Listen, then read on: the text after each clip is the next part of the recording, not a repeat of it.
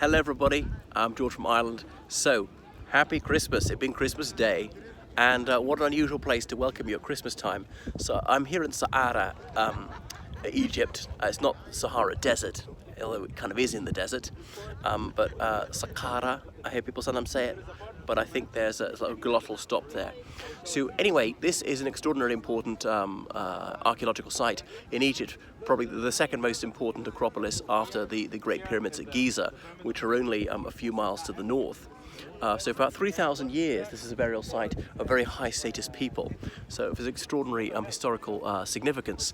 So it has its name from Sokar, who is this deity who was patron of the site.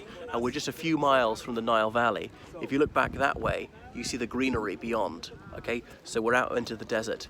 We're only about 15 miles from the river itself. So their tombs are dating from as far back as the first dynasty, right? That's 3,100 BC. Just think it was over 3,000 years old before the birth of Jesus, whose birth we celebrate today. So there are a number of different architectural styles in which these things are built, mostly by mud brick. And they used tree trunks as well, palm trees being the ones around here. We're going to see Step Pyramid of Djoser, he's from the 3rd dynasty, and so on. So the 6th dynasty was building here. A tomb was built here for Tutankhamun that doesn't lie in it. Remember, he was interred in the Valley of Kings. And the greatest of secrecy. So his tomb wasn't discovered until 1922 when Howard Carter happened upon it. Tutankhamun's wet nurse is buried here. This woman who was, so this man who's effectively his finance minister was also laid to rest here, and on and on and on. And going on to the Christian era, the Coptic Christians, they built various sites here as well. The monastery quite close by. There were temples dedicated to various deities of the ancient Egyptian pantheon.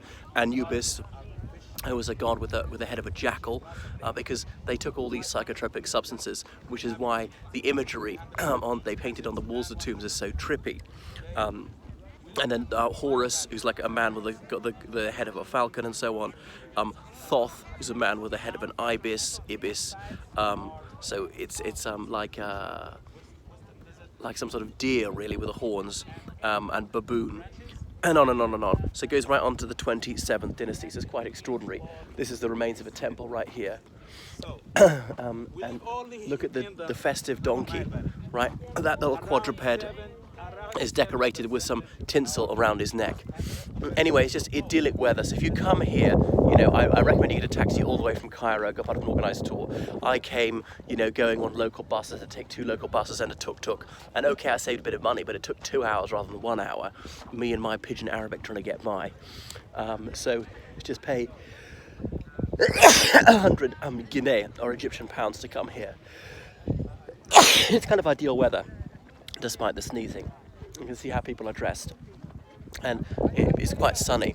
But in central Cairo, because it's so polluted, then there's always a haze, and the sun doesn't get really through to you. It's not terribly good for your skin, and if you've got respiratory conditions, don't spend too long in Cairo. So there's the Step Pyramid. There's also the Bent Pyramid, and so on. So these are the earliest prototypes. I'm going to show you some imagery of them here.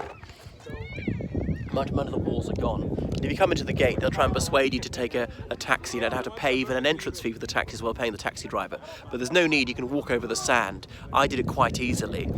By coming where that thing is there, where that covering is there, just walking straight that way to the gate rather than curving around with the road.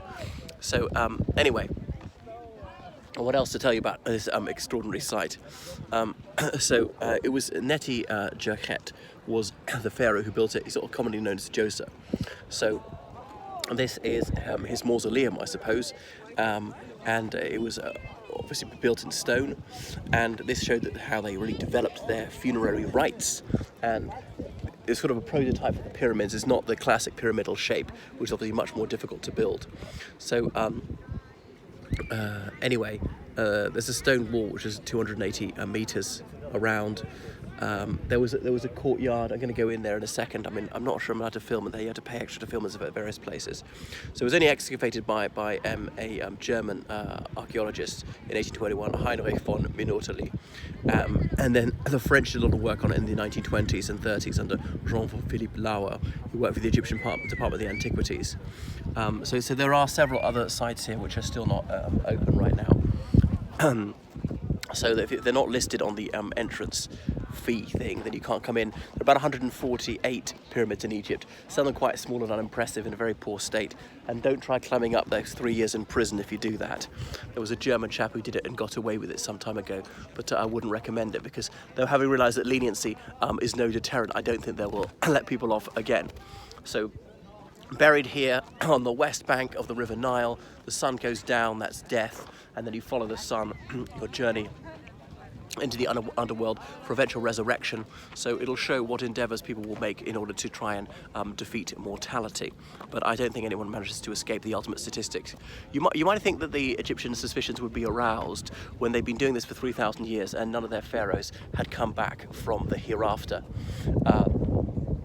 So yeah, open 365. It closes 5 o'clock in the evening. In the summer, you want to go when it's really early, because before it gets too hot. Look at the plane banking away there. Because people rise with the dawn, rise with the lark for prayer, and then the first spot of sunlight on the horizon. And then if you have a light breakfast and come straight here, an hour from central Cairo, and do your things and be heading back by noon when it gets scorching hot. So you can go around with a guide, you can go without a guide. Good to read about it a lot before you come here, because there's not a great deal of information. We're on the Giza side, and we're west of the Nile. Really, everything west of the Nile is Giza Governorate, if not the city of Giza. So then, obviously, Christianity came here just after Jesus Christ. The country is entirely Christian, and they spoke the Coptic language. That's why the country gets its name, Egypt. Think of it as Egypt from Copt. And there's still the Coptic language, which is just a hieratic language, uses in Christian liturgy in the Egyptian Coptic Church.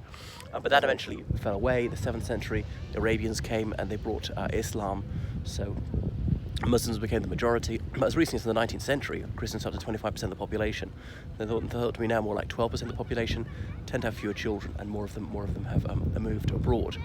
So they've been working on these for decades. And thousands of labourers, perhaps even tens of thousands. It's debatable just how badly they were treated. I mean, the Great Pyramids at Giza, they found the workers' village and said actually they seem to be reasonably well fed, like 300 grams of meat a day, which doesn't sound a lot, but that's what we should be getting. We should eat more like twice a week, not twice a day, just to keep their muscles up. And they weren't necessarily very unwilling to be here.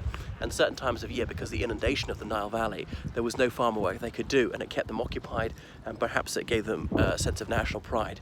They were imbued with that sense of accomplishment, because these were just some world-beating projects, really. And that Great Pyramid at Giza, what's his name? Diodorus Siculus, he's the first one to coin the terms the 7 wonders of the world, and he listed that's the only 7 wonders of the world still standing, and obviously it strikes wonderment to people even today.